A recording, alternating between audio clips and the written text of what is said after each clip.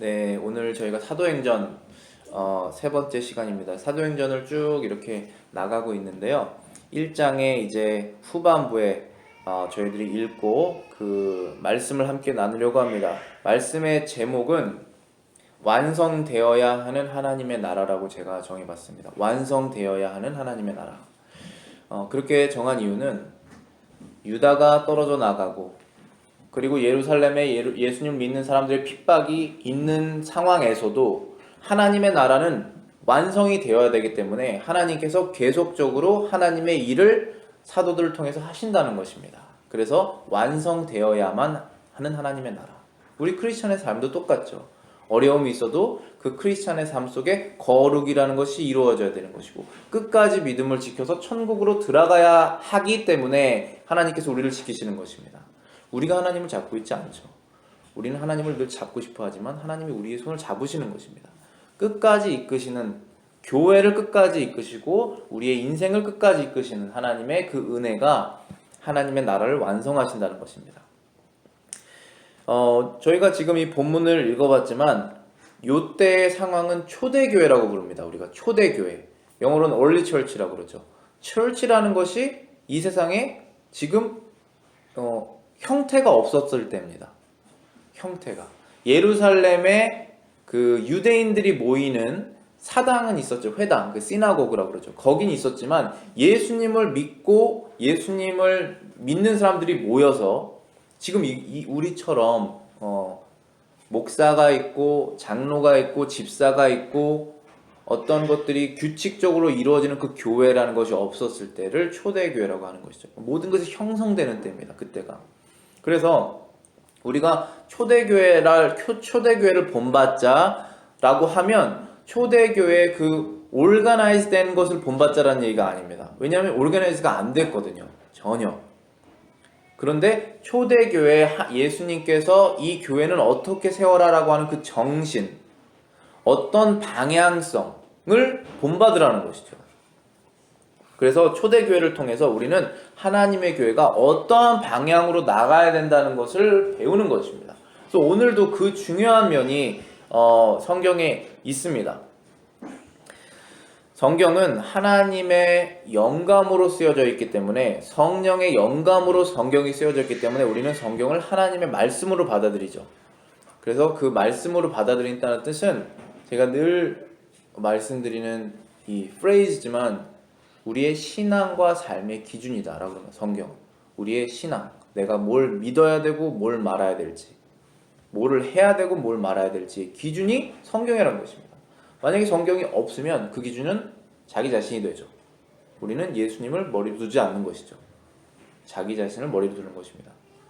주로 근데 자기 자신을 머리에 두는 것이 결국 마귀를 머리에 두는 것이 되는 것이죠. 그래서 마귀의 종이라고 그러지 않습니까? 우리 예수의 종이 아니면. 그리고 두 가지로밖에 나뉠 수가 없는 것입니다. 성경에서 말하는 교회는 어떤 것이냐, 하나님의 나라는 어떻게 완성해야 되는 것이냐도 마찬가지입니다. 하나님의 말씀 속에서 그 방법을 찾아야지, 만약에 사람이 생각하는 방식으로 방법을 찾으면 그건 하나님의 나라가 될 수가 없습니다. 그건 너무나 분명합니다. 여러분의 인생도 그렇지 않습니까? 성경에서 떠나면 하나님의 말씀대로 우리가 인생을 살아갈 수가 없는 것입니다. 제가 좋아하는 그 신학자들이 있는데 한국에 김효성 박사라는 분이 계십니다. 그분이 뭐라고 그랬냐면 교회에 3대 의무가 있다. 3가지 듀리가 있는데 예배와 영적 성장과 전도다. 이게 3가지를 말했습니다. 예배는 하나님에 대한 의무입니다. 자, 우리가 굉장히 세상이 인본주의이기 때문에 예배가 여러분들을 위한 것인지 아니면 하나님을 위한 것인지가 뒤바뀔 때가 있습니다. 우리가 분명히 삶에서 지치고 광야 같은 세상을 살다가 주일날에 체험을 받으려고 오는 건 맞죠. 근데 그 체험이 하나님을 예배할 때 채워집니다. 항상 그래요. 내가 삶에 의미가 없잖아요. 그러면 내 삶의 의미를 찾아서 뭘 더 해보자 하면 의미가 안 생기죠. 이거를 하나님께 다 돌리자면 그때부터 의미가 생깁니다. 마찬가지로 예배도 그거의 연장선상입니다. 예배도 내가 뭐를 오늘 결핍이 있는데 그거 하나 채워보자. 그리고 채웠으면 월요일부터는 또 내 그 원하는 대로 살자 하면 또 결핍이 생기는 거죠. 그 방법을 계속하는 것이 아니라 이 예배를 하나님께 드려야 되는 것이 나의 의무이기 때문에 예배를 드리는 것입니다. 그 의무라고 그러면 좀 딱딱하게 들릴 수 있지만 그것이 당연히 해야 되는 것이기 때문에, 심지어 이 나무도 지나가는 새도 매일매일 하는 그것이 예배이기 때문에 우리 인간도 당연히 하나님께 예배를 드려야 된다는 것입니다. 그것을 하나님께 드리기 위해서 모인 것이 지금 예배입니다. 그걸 하면서 여러분은 체험을 받는 것입니다. 하나님이 여러분을 위해 존재하지 않습니다. 여러분이 하나님을 위해 존재하는 것입니다. 그 관계성이 올바르게 전파가 돼야지 우리의 신앙이 올바르게 성장할 수가 있습니다. 그래서 예배는 하나님에 대한 의무입니다. 그래서 교회는 항상 예배를 해야 되고, 두 번째는 영적 성장이 교회의 의무다 했습니다. 그 뜻은 우리는 성장해야 되는 성도입니다. 저는 목사라는 타이틀을 갖고 있지만 하나님이 저를 목사라고 부르지 않죠. 하나님이 저를 한 명의 아들로 부르지 않습니까? 그렇죠. 나의 사랑하는 아들아, 나의 사랑하는 딸아라고 부르잖아요. 그러니까 이 직분은 타이틀이고, 집사든 장로든 간에 우리는 다 하나님의 성도입니다. 성도라는 뜻은 세인트죠, 영어로는. 근데 로마 카톨릭 하면 세인트 폴, 뭐 세인트 앤드류 해서 세인트는 굉장히 대단한 사람 말하는 거죠. 근데 그렇게 될 수가 없습니다. 우리는 예수 그리스도의 피로 씻김을 받을 때 하나님이 우리를 보고 너는 거룩하다라고 칭하는 겁니다. 그렇죠. 그래서 누가 세인트냐, 누가 거룩한 사람이냐, 예수 그리스도를 믿는 사람이 거룩한 사람이 되는 것입니다. 그래서 예수 믿으십니까? 예수 믿으십니까? 믿으십니까? 해서 교회로 받아들이고 그 다음부터는 성도라고 부르는 것입니다. 그래서 이 모든 성도들은 믿음이 시작됐지만 믿음이 성장해야 됩니다. 그래서 이 교회는 성도들의 믿음이 성장할 수 있도록 그 의무를 다해야 됩니다. 그것이 말씀 선포로, 성경 공부로, 그 다음에 뭐 비지테이션으로, 아니면은 상담으로 성도의 그 영적인 나이, 아니면 영적인 능력을 성장시키는 것이 교회의 의무다. 세 번째는 전도다. 전도는 세상을 향한 의무라는 것입니다. 우리 믿는 사람들끼리, 오케이, 우리 믿는 사람들 생겼으니까 죄 짓지 말고 산속으로 들어가자, 여기면은 우리끼리 있으면 죄 좀 덜 짓지 않느냐 하는 것이 예수님의 명령이 아니잖아요. 지상 명령이 세상 속으로 가서 그들과 함께 어울려서, 그러나 그들은 어두움이지만 너는 빛이니 계속 빛을 발하라, 그 역할을 하라는 것이 결국은 전도입니다. 전도는 교회 나오세요라는 게 전도가 아닙니다. 전도는 전할 전자의 길도자, 길을 전하는 것입니다. 그래서 영어로는 항상 전도라 그러면 preaching이랑 똑같은 단어를 씁니다. 전도는 preaching입니다. preaching은 목사만 합니까? 성도들이 하는 것 아닙니까? 다. 우리가 다 성도니까. 예수님을 말하는 겁니다. 천국 갈 수 있습니까? 착한 일 해서 천국 갑니까? 착한 일 해서 죄 의식 없어졌습니까? 그걸 말하는 거죠. 그렇게는 안 된다고 말하는 것입니다. 교회 왜 나오십니까? 뭘 체험 받으려고 나옵니까? 채우고 오늘 죽으면 어떻게 됩니까? 그런 걸 계속 말하는 것입니다. 우리가 사람을 예수께로 이끌어서 천국에 들어가게 하는 것, 그것이 바로 전도, 그것이 교회의 세 가지 의무다라고 말했습니다.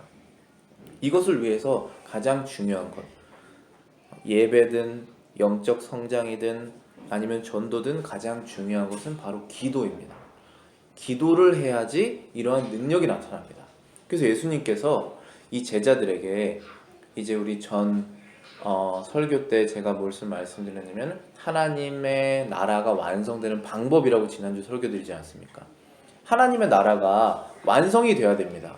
근데 하나님의 나라는 뭐로 구성이 되냐면은 사람으로 구성됩니다. 하나님의 나라가 건물이라고 그러면은 벽돌이 하나님의 나라를 이렇게 짓는 벽돌이라고 한다면은 그 벽돌 하나하나가 사람이라고 생각하시면 됩니다. 예수님을 믿는 사람. 나라가 있는데 국민이 없으면 나라가 아니잖아요. 그런 것처럼 하나님의 나라가 이미 있습니다. 근데 거기에 사람이 들어가야 될 거 아니겠어요? 그래서 그 나라가 완성되는 것은 사람이 다 들어가면 완성이 되는 것입니다. 문을 닫으면 됩니다. 그때. 근데 지금은 문이 열려 있습니다. 왜냐하면 세상의 종말이 안 왔으니까. 그래서 그때까지 믿는 사람들이 계속 하나님 나라로 들어가야 됩니다. 그래서 하나님의 나라가 완성이 되는 방법은 뭐냐? 그럼 전도입니다. 예수 그리스도를 전하는 겁니다. 그래서 예수를 믿고 죄가 씻김을 받고 하나님의 나라의 백성이 되는 것으로 완성이 되는 것입니다. 우리가 인생을 통해서 한 명을 예수께로 데리고 가든 10명을 예수께로 데리고 가든 그 숫자가 합쳐져서 그 벽돌로, 사람의 벽돌로 구성된 하나님의 나라가 완성이 되는 것입니다. 그렇죠? 그래서 시작은 예수님이 하셨죠. 예수님을 코널스톤이라고 그러지 않습니까? 주춧돌. 예수님이 부활로서 자신의 육체로서 천국으로 들어가신 것처럼 그분의 주춧돌이 시작으로 그 다음부터 하나씩 연결이 돼서 이제 하나님의 나라가 완성이 되는 것이죠. 근데 그 완성의 방법은 전도라고 제가 말씀드렸습니다. 예수님을 전하는 것입니다. 교회 오세요가 전도가 아닙니다. 예수를 전하는 것입니다. 안 믿는 사람에게 예수를 아느냐, 예수를 믿느냐라고 말하는 것이 전도입니다. 그거를 해야 된다는 것인데 제자들이 그거를 하려면 아주 중요한 것을 했어야 됐습니다. 그것은 성령을 받는 것입니다. 성령을 받는 것입니다. 성령을 받는 것이 무슨 뜻이냐면 성령이 없는 사람은 자신의 뜻대로 행동을 합니다. 근데 성령을 받는 사람은 그때부터 주님의 뜻대로 살아갈 수가 있죠. 그래서 제자들은 지금 성령을 받아야 했습니다. 그래서 그걸 받기 위해서 기도를 했습니다. 오늘 본문에 12절을 한번 보시겠습니다. 12절에 제자들이 감람원이라 하는 산으로부터 예루살렘에 돌아오니 이 산은 예루살렘에서 가까워 안식일에 가기에 알맞은 길이라. 제자들이 감람원이라고 하는 산에서 예루살렘으로 돌아왔습니다. 이 감람원이라고 하는 산은 예수님이 승천하신 산입니다. 거기서 예수님을 봤어요. 제자들이 하늘로 올라가시는 예수님을 보고 그 바로 전절에 나오거든요. 9절에 보시면은 이 말씀을 마치시고 저희 보는 데서 올리워 가시니 구름이 저를 가리워 보이지 않게 하더라. 예수님이 지금 올라가신 거 아니겠어요?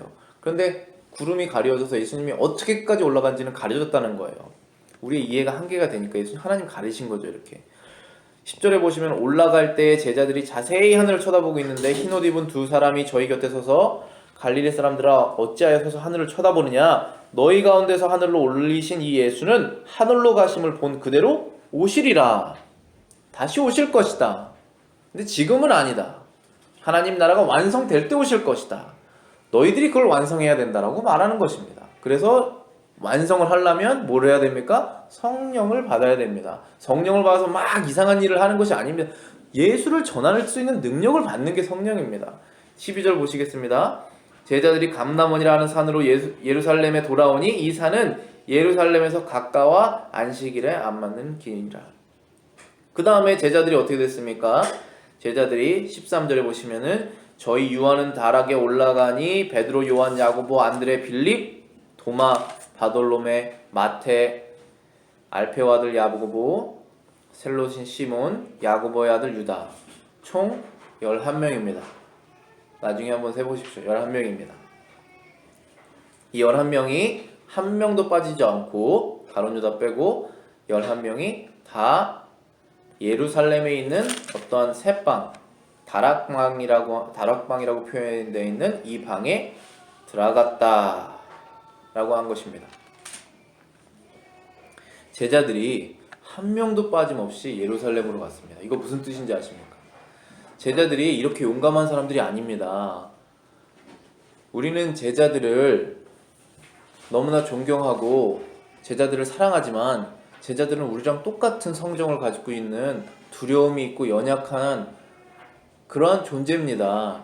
그래서 로마 카톨릭에서 말하는 세인트 폴, 세인트 앤드류 이렇게 말하지 않습니다. 우리는 그들은 똑같은 우리랑 성도입니다. 우리랑 똑같은 죄질 수밖에 없는. 그런데 이렇게 두려움이 많았던 제자들, 예수님을 3번이나 부인했던 베드로 뿐만 아니라 다 도망갔던 제자들이 어떻게 한 명도 빠짐없이 예루살렘으로 돌아가서 모여있냐 이것입니다. 예루살렘이 어떤 곳입니까? 자기가 믿는 그 주인 예수님이 십자가에서 죽은 곳입니다. 그럼 다 죽으러 가는 것 아니겠습니까? 이게 왜 이렇게 할 수 있습니까? 뭐가 바뀌었습니까? 지금 예수님께서 부활하신 것을 눈으로 보고 예수님이 승천하신 것을 눈으로 봤기 때문에 이제는 두려움이 사라진 것입니다. 왜 두려움이 사라졌습니까? 죽어도 다시 살아나니까. 살아나서 지옥으로 가지 않고 하늘로 올라가니까. 그것을 봤기 때문에 본 사람은 아무도 못 이깁니다. 그 두려움이 사라진 것입니다. 그래서 어디로 갔습니까? 그 핍박의 장소, 자신의 주인이 죽으신 예루살렘으로 예수님의 명령을 듣고 간 것입니다. 이게 바로 크리스천의 삶입니다. 내가 가고 싶은 길이 있고 하나님이 원하시는 길이 있습니다. 그런데 내가 가는 길을 더 잘 가게 해달라고 성령을 바라는 것이 아닙니다. 하나님이 원하시는 길을 갈 수 있도록 성령을 구하는 것입니다. 그래서 하나님의 뜻을 이루는 것이 바로 성령을 주시는 목적입니다. 그거 아주 잘 설교해야 됩니다. 교회에서. 그렇지 않으면 개인적인 유익을 위해서 성령을 바라는 거짓 복음이 전해질 수밖에 없습니다. 그러한 신앙은 거짓이고 성장할 수도 없습니다. 그래서 이 제자들이 한 것이 뭐였냐? 14절 보시겠습니다. 예수의 모친 마리아와 여자들과 예수의 아우들로 더불어 마음을 같이하여 전혀 기도에 힘쓰니라. 이들이 지금 했던 것이 다 같이 모여서 한 마음이 됐다는 것입니다. 한 마음으로 기도를 했습니다. 뭐를 위해서 기도했을까요? 예수님이 보내주신다고 하는 그 성령을 기다리는 기도를 한 것입니다. 이렇게 교회가 한 마음으로 기도하지 않으면 하나님의 일을 할 수가 없습니다. 한 마음이 되는 것이 다 너무나 중요합니다. 그 다음에 이제 두 번째 주제로 베드로가 설교를 하는 장면이 나옵니다. 15절 보시겠습니다. 모인 무리의 수가 한 120명이 되더라. 그때 베드로가 그 형제 가운데 일어서서 가로되 형제들아, 성령이 다윗의 입을 의탁하사 예수 잡는 자들 지로한 유다를 가리켜 미리 말씀하신 성경이 응하였으니 마땅하도다. 자, 지금 이 상황이 어떤 상황이냐면 120명의 예수님을 따르는 제자와 사도와 그 다음에 다른 제자들이 모여서 기도를 하고 있는 중에 이제 베드로가 일어나서 말을 시작합니다. 일어나서 말을 시작한다는 것은 무슨 뜻이냐면은 우리가 앉아서 말을 하는 거랑 일어서서 말하는 것은 누가 누구를 존경하고 있는 것이냐면은 일어서서 말하는 사람이 앉아있는 사람을 존경해서 말하는 것입니다. 그렇지 않습니까? 우리가 어떤 사장실에 들어가면은 사장은 앉아있고 보고하는 사람 서 있지 않습니까? 그런 식의 개념입니다. 베드로가 자기가 그 무리의 대장이라서 이렇게 하는 거라고 해석할 수도 있지만 분명히 그가 대표성이 있으니까 그것이 아니라 하나님의 말씀을 받고 겸손하게 하나님의 말씀을 전파하기 위해서 그 자리에 쓴 것입니다. 그래서 그들은 앉아있고 베드로는 서서 대표성으로, 그 다음에 그들을 존경하는 마음으로, 그 다음에 책임감을 가지고 자기의 말에 책임감을 가지고 말을 하고 있는 것입니다. 이렇게 담대하게 말을 할 수가 있습니다. 베드로가 성령을 받아서 하나님의 감동으로 지금 말을 하고 있기 때문에. 16절 보시겠습니다.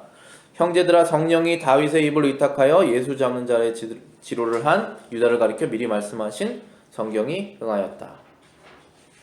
자, 지금 베드로가 하는 지금 말이 무슨 말을 하는 것입니까? 지금 베드로가 거기 모인 120명의 사람들, 그 사람들의 마음을 위로하는 겁니다. 이게 뭐 하는 것이냐면은 그들이 가지고 있는 예수에 대한 믿음, 그 믿음이 흔들리는 것을 꽉 잡는 거라는 것입니다, 지금. 그러니까 우리가 성경에 보면은 거치는 돌이라는 말 하죠. 그 영어로는 스탬블링 스톤이라고 그러나? 이렇게 걸려 넘어지는 돌이라고 합니다. 그게 뭐냐면 우리가 신앙생활 할 때 내가 진짜 이렇게 믿었던 존재가 있는데, 아니면 내가 진짜 이게 맞다라고 생각하는 거 있는데 그것이 페일할 때가 있죠. 그러면은 거기에 걸려서 넘어집니다. 신앙생활은 워크인데 이제 예수님과 같이 걸어가는 것인데 그걸 못하도록 어떤 돌이 있는 것입니다. 그래서 걸려 넘어지죠. 자, 생각을 해보십시오. 지금 사도들이 12명입니다. 예수님이 처음 사역하실 때부터 승천하실 때까지 이제 잡히실 때까지 12명의 사도가 같이 행동을 했습니다. 3년 반 동안. 거기에 유다가 있었죠. 같이 먹고 같이 예수님과 같이 전도 여행을 하고 오병이어 사건에도 있었고, 그리고 심지어 성찬식을 같이 했었던, 성찬식 할 때 그 자리에 있었던 가룟 유다. 그런데 그 사람이 예수님을 배반했죠. 예수님을 배반하고 스스로 목숨을 끊어 죽었죠. 이런 일이 있을 때 나머지 11명의 제자들, 그리고 그것을 보고 있는 다른 사람들, 이 120명의 사람들 어떻게 생각하고 있을까요? 나의 믿음은 진짜일까? 나는 저렇게 되지 않을까? 그럼 저건 뭘까? 왜 이런 일이 일어날까? 예수님이 뽑은 사람 아닐까? 지금 이게 뭐냐면은 넘어지는 돌입니다. 걸려 넘어지는 거죠, 믿음이. 그거를 지금 베드로가 하나님의 영감을 받아서 그거가 왜 일어나는지를 설명하는 것입니다. 그래서 그들이 가지고 있는 이 신앙을 흔들리지 않으려면 어떻게 되죠? 여러분의 신앙을 성경과 일치시켜야 되는 것입니다. 내 생각엔 그런데, 내 생각엔 이랬다, 그러면은 성경하고 멀어져요. 항상 예수님의 말씀에 우리의 신앙을 가까이 붙여야 되는 것입니다. 그래서 베드로가 성경을 풀어서 해석합니다. 17절에 16절 마지막 부분에 유다를 가리켜 미리 말씀하신 성경이 응하였으니 마땅하도다 라고 말했습니다. 영어로 보면은 This scripture had to be fulfilled. 예언이 됐으니 완성이 되어야 되지 않겠냐라고 말한 겁니다.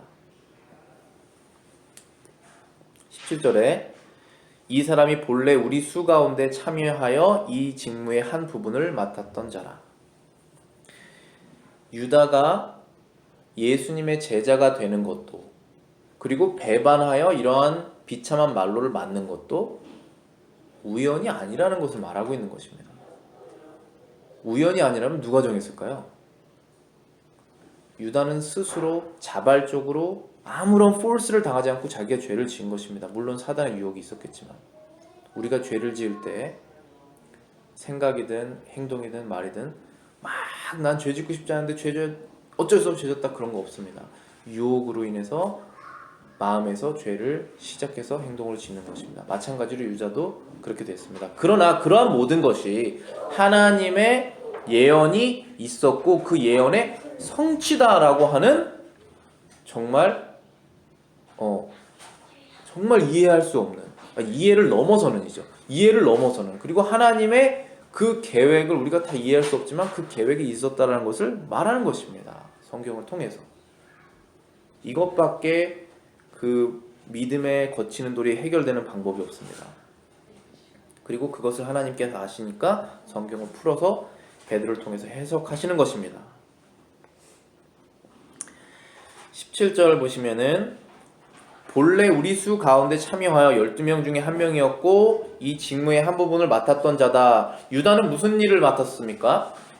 유다는 돈괴 맡는 역할을 했습니다. 그쵸? 유다가 12명, 그 다음에 예수님과 같이 돌아다닐 때 이들도 먹고 자고 먹을 것 사고 해야 되지 않습니까? 누군가 회개가 필요하죠. 그 일을 담당했던 사람이 유다입니다. 제가 주보 뒷면에 이렇게 인용하는 구절들을 써놨거든요. 거기에 보시면 요한복음 12장 13장 있습니다. 제가 한번 읽어볼게요. 12장 3절부터 6절입니다.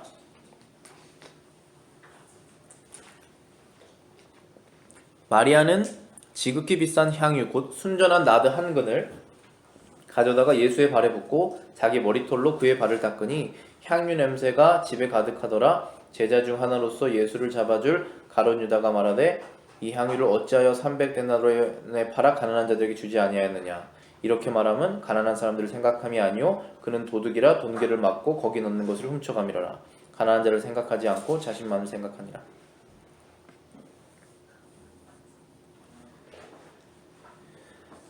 자, 지금 유다가 돈괴를 맞는 사람인데 지금 이 사건이 언제 일어난 것이냐면 예수님께서 죽으시기 6일 전, 유월절 6일 전이라고 기록되어 있습니다. 그래서 예수님은 이제 6일 뒤면 자신의 사명을 죽음으로 끝내실 것을 알고, 그리고 이 마리아도 그것을 알고 예수님께 비싼 향유, 어마어마하게 비싼 향유일 겁니다. 그거를 이렇게 발에 깨트려서 뿌렸죠. 근데 유다는 그것을 책망했죠. 팔아서 가난한 사람들에게 먹을 걸 줘라. 얼마나 많은 몇백 명의 사람들이 먹을 수 있겠냐. 인본주의적으로 해석하면 이 말이 맞죠. 그런데 누가 더 귀하냐 이것입니다. 어떤 것이 더 중요한 지금 사건이냐라는 것입니다. 그래서 예수님께서 그 유다를 책망하셨죠. 그 부분은 어떤 다른 얘기니까 어쨌든 유다가 그 도둑이었다. 돈계를 맡고 있었던 사람이지만 그 안에 있는 것을 훔쳐가서 도둑이었다. 라는 걸 지금 말씀드리는 것입니다. 13절 1절부터 13장 1절부터 2절 요한복음. 6월절 전에 예수께서 자기가 세상을 떠나 아버지께로 돌아가실 때가 이른 줄 아시고 세상에 있는 자기 사랑하는 사람들을 사랑하시되 끝까지 사랑하시니라. 마귀가 벌써 시몬의 아들 가롯 유다의 마음에 예수를 팔려는 생각을 넣었더라. 유다는 마귀의 유혹에 넘어가서 예수님을 팔게 되었죠. 이 마귀가 생각을 넣었다라는 것은 무슨 뜻이냐면은 우리가 이 성경을 이해할 때 우리 스스로 사람이기 때문에 성경을 그대로 이해할 수 있습니다. 만약에 우리가 동물이거나 우리가 로봇이면은 이 말이 이해가 안 되는데 성경은 사람에게 쓰시는 얘기니까 무슨 얘기인지 너무나 잘 아는 것입니다. 누가 그런 죄를 왜 졌는지 설명할 필요가 없습니다. 왜냐하면 우리가 똑같은 죄를 지을 수도 있기 때문에. 마귀가 생각을 넣었다는 것은 로봇에게 프로그램을 넣었다는 것이 아닙니다. 그렇죠? 여러분이 스스로 죄를 지을 때 어떻게 하십니까? 마귀가 유혹을 하면 거기에 넘어가서 그 생각이 자기 생각이 돼서 죄를 짓지 않습니까? 똑같이 하는 것입니다. 하나님은 절대로 사람에게 죄를 지으라고 명령하지 않으십니다. 하나님은 죄를 모르십니다. 하나님은 죄와 상관이 없으시다고 그랬습니다. 그럼 사람은 왜 죄를 짓게 됩니까? 마귀의 유혹으로 인해서 자기의 정욕으로 인하여서 죄를 짓게 되는 것입니다. 마귀가 생각을 넣었더라. 마귀가 유혹했다는 뜻입니다. 그리고 그 생각을 덥석 받아 들었다는 것이 바로 그 뜻입니다. 그 다음에 요한복음 6장 63절부터 64절에 보면은 유다는 처음부터 예수님을 믿지 않았다라고 써 있습니다. 살리는 것은 영이니 육은 무익하니라. 내가 너희에게 이른 말은 영이요 생명이라. 그러나 너희 중에 믿지 아니하는 자들이 있느니라 하시니 예수께서 믿지 않은 자들이 누구며 자기를 팔 자가 누구인지 처음부터 아시느니라. 예수님이 모르실까요? 우리의 이해를 넘어서는 것입니다. 항상 그걸 다 이해하려고 하는 순간 거기에 자기의 거치는 돌이 되는 것입니다. 결국은 유다는 처음부터 믿지 않았지만 예수님께서 선택을 하셨습니다. 왜 선택하셨을까요? 성경을 이루시기 위하여. 예수님은 누구 말씀을 따르시는 분일까요? 우리 신앙생활 하는 것처럼 우리 신앙이 어릴 때 자기 생각대로 하잖아요. 이렇게 하면 하나님이 기뻐하시겠지, 이렇게 하면 하나님이 기뻐하시겠지. 성경 읽어봤더니 아니었어요. 순종이 제사보다 낫다고 그러잖아요. 아, 이거 하면은 하나님이 좋아하시겠지. 순종을 하지 않으면서 그거 다 하지 말라는 거예요. 순종하라는 거예요. 하나님 말씀 이해가 안 가도록 순종하라는 거예요. 그런데 내가 머리 써서 순종하지 않고 그 다음에 제사를 드리는 거예요. 하나님 이거 좋아하시겠지. 하나님 이거 필요하시겠지. 하나님 아무것도 필요하지 않으세요. 여러분에게. 하나님은 다 갖고 계세요. 그냥 여러분은 순종하시면 되는 거예요. 근데 그걸 안 해요. 자기가 머리를 굴려서 뭘 해요. 그 다음에 했다고 그래요. 자기가. 근데 하나님이 그걸 기뻐하지 않으세요. 순종이 제사보다 나은 거예요.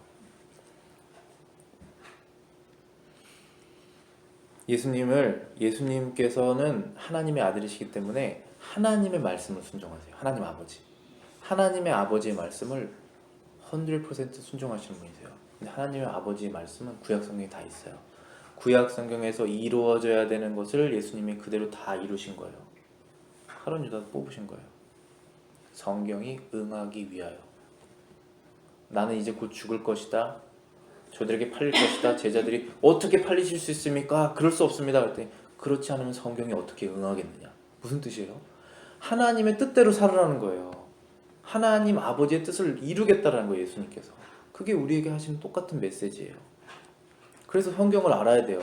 성경대로 우리가 율법주의자는 아니지만 이 성경이 저에게 주신 유일한 기준이니까 이 성경대로 신앙생활을 해야 된다는 거예요. 그리고 성경대로 교회가 운영해야 된다는 거예요. 성경대로 가정이 운영이 돼야 된다는 거예요. 그게 하나님이 원하시는 것이기 때문에. 그래서 이 부분에 대해서 우리가 또 어떤 걸 느낄 수 있냐면은 결국은 유다는 은 30에 예수님을 팔았죠. 근데 이 은 30을 제가 누가복음 설교할 때 얼마라고 계산을 해봤었는데 한 2만 불 정도 돼요. 2만 불. 꽤 큰 돈이었어요. 2만 불 정도. 그거 받고 판 거예요. 근데 그 작은 돈 아니잖아요. 그쵸? 어떤 사람한테는 작은 돈일 수 있지만, 근데 예수님 생각하면 너무 작은 돈이겠지만 어떤 사람에게는 작은 돈이 아니잖아요. 그래서 직분자가 직분이 될 때는, 오늘 저희가 이 성경 읽기 전에 디모데전서 3장 읽었잖아요. 거기에 보면은 장로는 어떤 사람이 돼야 된다, 집사는 어떤 사람이 돼야 된다라고 써 있어요. 거기에 내용이 술을 즐기지 아니하며 구타하지 아니하며 관용하며 다투지 아니하며 돈을 사랑하지 아니해야 된다 써 있잖아요. 돈이 많아야 된다고 안 써 있어요. 한국 교회 특징이잖아요. 돈이 많은 사람이 장로가 되잖아요. 왜냐하면 선거 운동을 해야 되기 때문에. 그거 아니에요. 돈을 사랑하지 않으면서 돈을 많을 수 있죠. 어쨌든 그거랑 상관없다는 거예요. 돈이 많고 적고랑 상관없이 돈을 사랑하느냐 사랑하지 않느냐.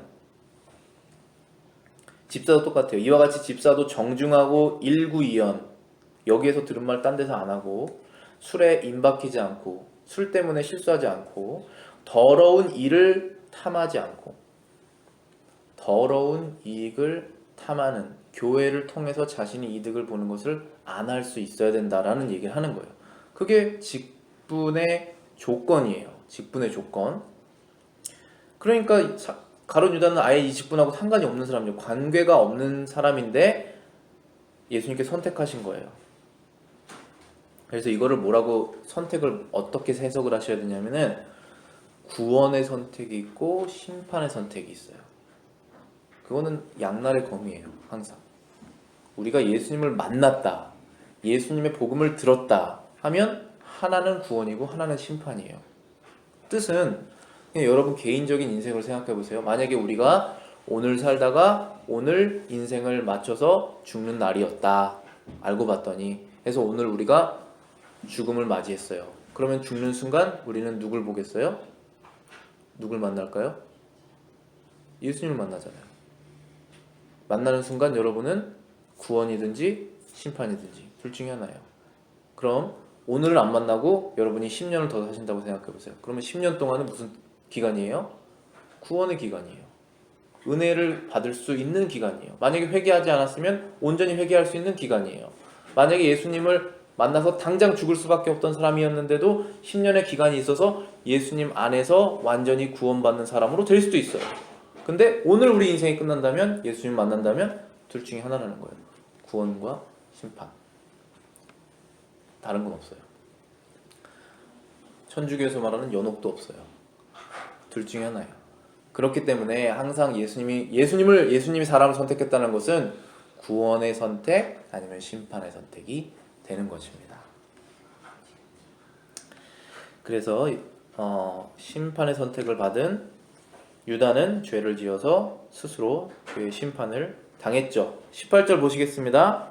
이 사람이 불의의 삭스로 밭을 사고 후에 몸이 곤두박질하여 배가 터져 창자가 다 흘러 나온지라.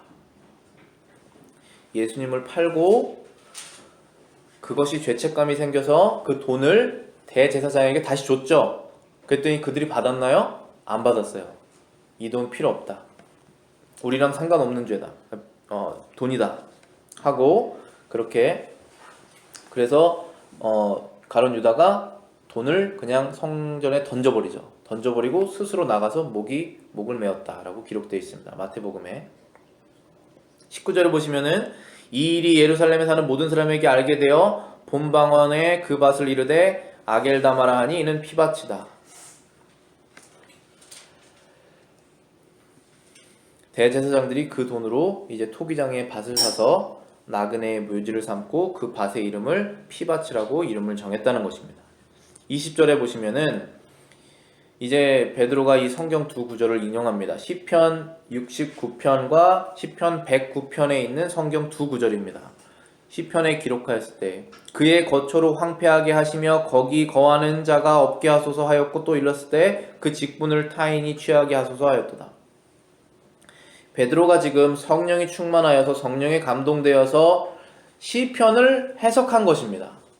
시편 69편, 시편 109편은 그때 당시가 지금 이 가룟 유다가 태어나기 1000년 전이지 않습니까? 다윗이 썼다면. 그런데 그 1000년 전에 쓰여졌던 그 예언을, 성령님이 다윗에게 주셨던 그 예언을 똑같은 성령이 베드로에게 풀어주신 것입니다. 왜 풀어주십니까? 성경 그냥 안 풀어주시고 넘어갈 수도 있지 않습니까? 그런데 그거 가룟 유다를 대상으로 했던 것이다. 지금 그의 거처로 황폐하게 하시며 그가 떨어졌던 그곳을 피밭으로 만드신다는 거죠. 거기 거하는 자가 없게 하시겠다. 그 직분을 타인이 취하게 할 것이다. 이 예언을 1000년 전에 다윗의 입을 통해서 시편을 작성했던 다윗의 입을 통해서 똑같은 성령이 하신 건데, 그 성령이 똑같이 해석을 베드로 입에 주셔서 베드로가 해석을 한 것입니다. 자, 그러면 우리가 이 성령의 해석이 없었으면 시편 69편, 시편 109편 읽으면서 가룟 유다였지라고 알 수가 있습니까? 알 수가 없죠. 그때 당시 컨텍스트에 따라서 그거는 그런 뜻이구나라고 그냥 해석할 거 아니겠어요? 그런데 이렇게 성령님께서 해석을 해주시는 이유가 뭐냐 이것입니다. 그것은 항상 여러분의 유익, 하나님의 영광입니다. 그것이 없으면 이 거치는 돌, 믿음에 거치는 돌, 이 유다라는 것이 마음의 응어리가 져서 계속 신앙생활을 할 때 방해가 생기는 것입니다. 이 사도들에게, 그리고 이 제자들에게. 그런데 그것이 하나님이 예언하셨고 하나님이 예언을 성취하시는 것이다라고 지금 말씀하시는 것입니다. 그래서 그것을 들은 제자들은, 또 사도들은 성령의 그 해석을 통하여서 어떻게 될까요? 믿음의 확신이 생기는 것입니다. 영혼의 평안을 얻는 것입니다. 더욱더 예수 그리스도를 따라가는 것입니다. 그리고 더욱더 자신의 생각을 버리고 성경에 자신의 믿음을 부합시키는 것으로 하나님이 이끄시는 것입니다. 항상 이 성경, 제가 지금 성경을 여러분에게 해석해 드리고 있잖아요. 성령의 힘을 얻어서. 그 이유가 뭡니까? 저와 여러분의 유익, 그리고 하나님께 영광 아니겠습니까? 그래서 저와 여러분이 더욱더 예수님의 길을 따라가고 하나님의 나라는 완성이 되고 우리 인생의 거룩은 이루어지고 하나님의 뜻대로 살아가고, 그리고 믿는 사람들이 들어와서 하나님의 그 나라가 완성이 되는 그 목적으로 이 성령이 계속적으로 일을 하시는 것입니다. 지금 이 상황에서도 그걸 베드로에게도 하신 것입니다. 그 다음에 이제 베드로가 거기까지 얘기한 다음에 이제 유다는 갔으니 우리가 한 명을 더 뽑아야 된다는 말을 한 것입니다. 그럼 이제 이 사도들이, 제자들이 예언은 그렇게 성취됐으니까 또 다른 사람이 필요하구나라고 한 것입니다. 우리가 또 뽑으면 또 그렇게 되면 어때? 그런 생각이 완전히 사라진 거죠. 지금 예언은 성취됐으니까. 그 유다에 대한 예언은 성취돼서 예수님이 죽으시고 부활하셔서 부활의 열매가 되셨고 사망을 이기셨으니까 이제 하나님의 나라의 완성을 위해서 사도들 그 12명의 숫자를 채워서 하나님의 나라의 일을 이루자라는 마음으로 모이게 된 거죠. 그래서 사람을 선택합니다. 그런데 조건이 있죠. 21절에 이러함으로 요한의 세례부터 우리 가운데서 올리어 가신 날까지 주 예수께서 우리 가운데 출입하실 때에 항상 우리와 함께 다니던 사람 중에 하나를 세워 우리로 더불어 예수의 부활하심을 증거할 사람이 되게 하여야 하리라.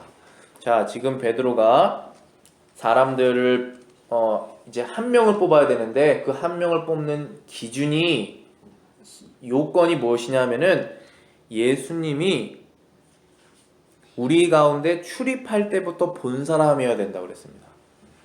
우리 가운데 출입할 때부터 본 사람. 자, 이게 무슨 뜻이냐면, 출입이 뭐냐면 왔다 갔다 한다는 뜻이지 않습니까? 예수님이 이 제자들에게 언제 나타나셨습니까? 30살 즈음에 나타나셨죠. 이 사도가 되는 조건은 예수님의 유년 시절을 본 사람들이 조건이 아닙니다. 그때는 참 신비한 일이 있겠죠. 예수님은 죄를 안 지으신 분입니다. 우리 아이들 3명 있지만 죄를 하루에도 얼마나 많이 짓겠어요. 우리가 하나님의 자녀잖아요. 우리가 죄를 얼마나 많이 짓겠어요. 그런데 죄를 짓지 않은 유년 시절을 보내셨죠. 그거 기적입니다. 그거는 성령만 하나님의 아들만 하실 수 있는 일입니다. 그래서 우리는 예수님을 신으로 믿는 것입니다. 그렇게 믿으시죠, 여러분들도. 근데 그 유년 시절 기록해 있지 않잖아요, 성경에. 우리의 이해가 미신적으로 빠집니다. 100% 그렇게 되면. 그래서 하나님이 빼신 것입니다. 그래서 공생애, 퍼블릭 미니스트리라고 그러죠. 예수님의 공생애를 시작하실 30살 즈음부터 예수님을 본 사람을 사도의 조건으로 세운 것입니다. 예수님의 브라더 야고보, 제임스, 그 다음에 유다, 주드 여기 있잖아요. 지금 성경 썼잖아요. 신약 성경 한 권씩. 그 사람들 사도 아니었잖아요. 사도는 예수님이 공생의 사역 시작하실 때부터 부른 사람부터 그걸 본 사람부터 사도다. 그 조건이 있습니다. 그 다음에 또 뭘 봐야 되냐면은 사도들은 우리로 더불어 항상 우리와 함께 다니던 사람. 이건 무슨 뜻입니까? 제자들이 3년 반 동안 예수님과 함께 다녔을 때 같이 다니던 사람들입니다. 계속 따라다니면서. 그럼 뭘 봤을까요? 예수님의 기적, 오병이어 사건이라든지 그런 기적들, 죽은 자를 살리는 나사로 사건이라든지 그런 기적들을 보았고, 또 예수님의 말씀, 산상수훈 같은 말씀, 한 번 말씀하셨을까요? 산상수훈 여러 번 말씀하셨을 것입니다. 가시는 데마다. 그걸 계속 들은 사람들이 있어야 되는 것입니다. 결국은 예수님의 기적과 예수님의 말씀을 직접적으로 본 사람들을 중에 뽑아야 된다는 것입니다. 그게 사도의 조건입니다. 그 다음에 우리와 더불어 예수의 부활하심을 증거할 사람. 부활하신 예수님을 본 사람입니다. 사도들에게만 보이신 것이 아니라 제자들 수많은 사람들에게 보여셨다라고 고린도전서 15장에 기록되어 있습니다. 단번에 500명에 보이셨다는 말씀도 있고. 그러니까 그거를 실제로 본 사람이 사도가 된다는 것입니다. 그래서 그것이 사도의 조건이었습니다. 예수님을 처음부터 부활하실 때까지 본 사람. 그래서 이제 그 중에 한 명을 뽑습니다. 22절에 23절에 저희가 두 사람을 쳐나니 하나는 바사바라 하고 별명은 유스도라고 하고 요셉이요 하나는 마띠아다. 그러니까 두 명이 지금 선택됐습니다. 하나는 바사바라 하는 사람, 그 다음에 하나는 마띠아. 둘 다 적격이기 때문에 추천받은 것입니다. 그런데 둘 중에 한 명이 될 수밖에 없습니다. 12이라는 숫자를 채우기 위해서. 적격인 사람이 둘 다이지만, 근데 이 문맥상 아마도 바사바라고 하는 사람이 더 사람들에게 신임과 인정을 받았을 것이다 라고 하는 해석이 많이 있습니다. 왜냐하면 주로 우리가 먼저 중요한 사람 이름을 먼저 말하지 않습니까? 그리고 좀 익스플레이션이 길잖아요. 그리고 그 다음에 두 번째 사람은 마띠아다. 요거밖에 없어요. 그러니까 뭐 그것은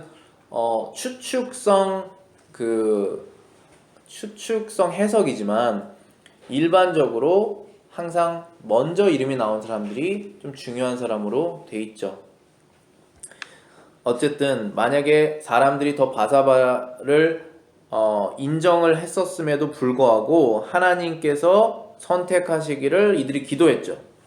24절에 저희가 기도하여 가로되 뭇사람의 마음을 아시는 주여 이 두 사람 중에 누가 주의 택하신 바 되었습니까?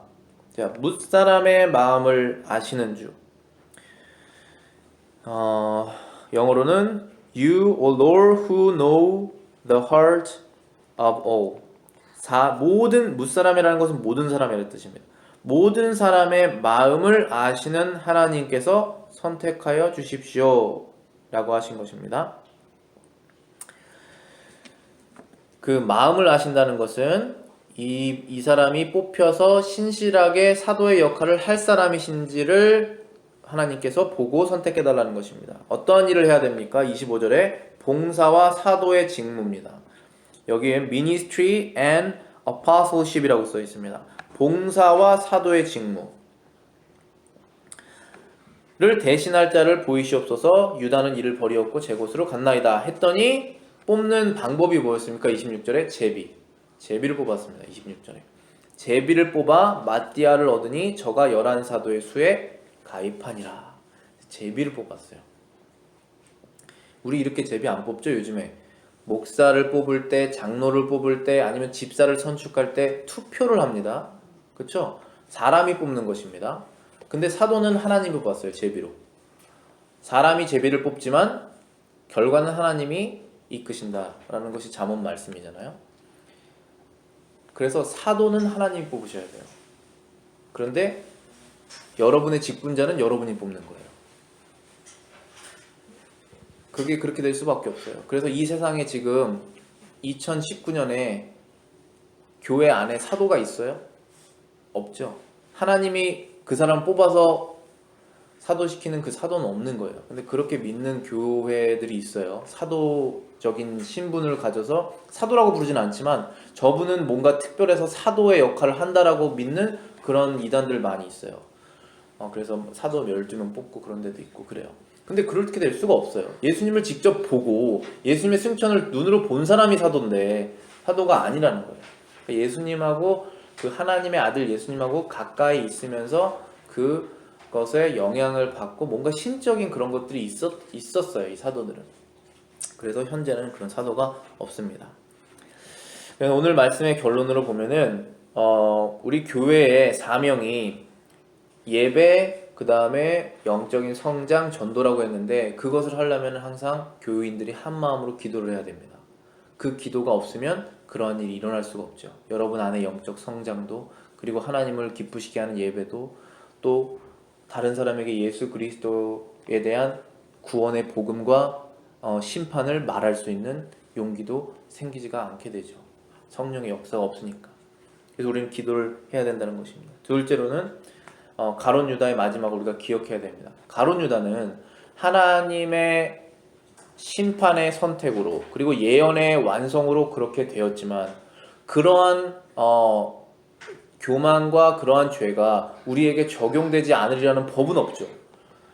그렇다고 해서 우리가 내가 가룟 유다처럼 하나님께 버림받을 자가 벌벌 떨 이유는 없지만, 왜냐하면 하나님께서는 은혜로 우리에게 구원을 주시기 때문에, 그럼에도 불구하고 그의 안 좋은 예를 우리가 기억해서 우리의 구원을 떨림으로 이루어야 되는 것은 맞다라는 것입니다. 거울을 삼아야 된다는 것이죠. 셋째로, 교회는 사명을 받은 단체입니다. 뭐 단체라고 하면 세상적으로 느낄 수 있지만 사명을 받은 하나님의 그룹이죠. 무슨 사명입니까? 하나님의 나라를 완성하는 사명입니다. 여러분 각자가 하나님의 사람이 되고 그 다음에 하나님의 나라에 다른 사람이 들어올 수 있도록 하는 것이 하나님의 사명입니다. 그런데 그 사명을 이루려면 직분자를 뽑아야 됩니다. 초대교회처럼 사도는 지금 없지만 그 다음에 성경으로 우리가 신약성을 읽어보면은 목사와 가르치는 자와 복음 전도자와 집사와 장로가 다 있지 않습니까? 이 직분자들을 교회 안에 올바르게 세워야지 그 교회가 하나님의 사명을 이룰 수가 있습니다. 그런데 그것을 세우는 사람들은 바로 여러분 성도 한 명입니다. 그렇기 때문에 성도가 하나님의 지식이 없으면 아무나 뽑는 것입니다. 그렇기 때문에 오늘 디모데 3장이라든지 사도행전 2장이라든지 아니면 6장이라든지 이런 것을 읽으시면서 우리 교회에 하나님의 사명을 이룰 그런 직분자를 잘 뽑는 것도 여러분의 의무라는 것입니다. 나라의 위정자들 여러분들이 투표로 뽑듯이 그 여러분 책임이 있다는 것입니다. 그래서 바로 세워서 하나님의 나라가 완성이 되어야 되는 것입니다. 기도하시겠습니다.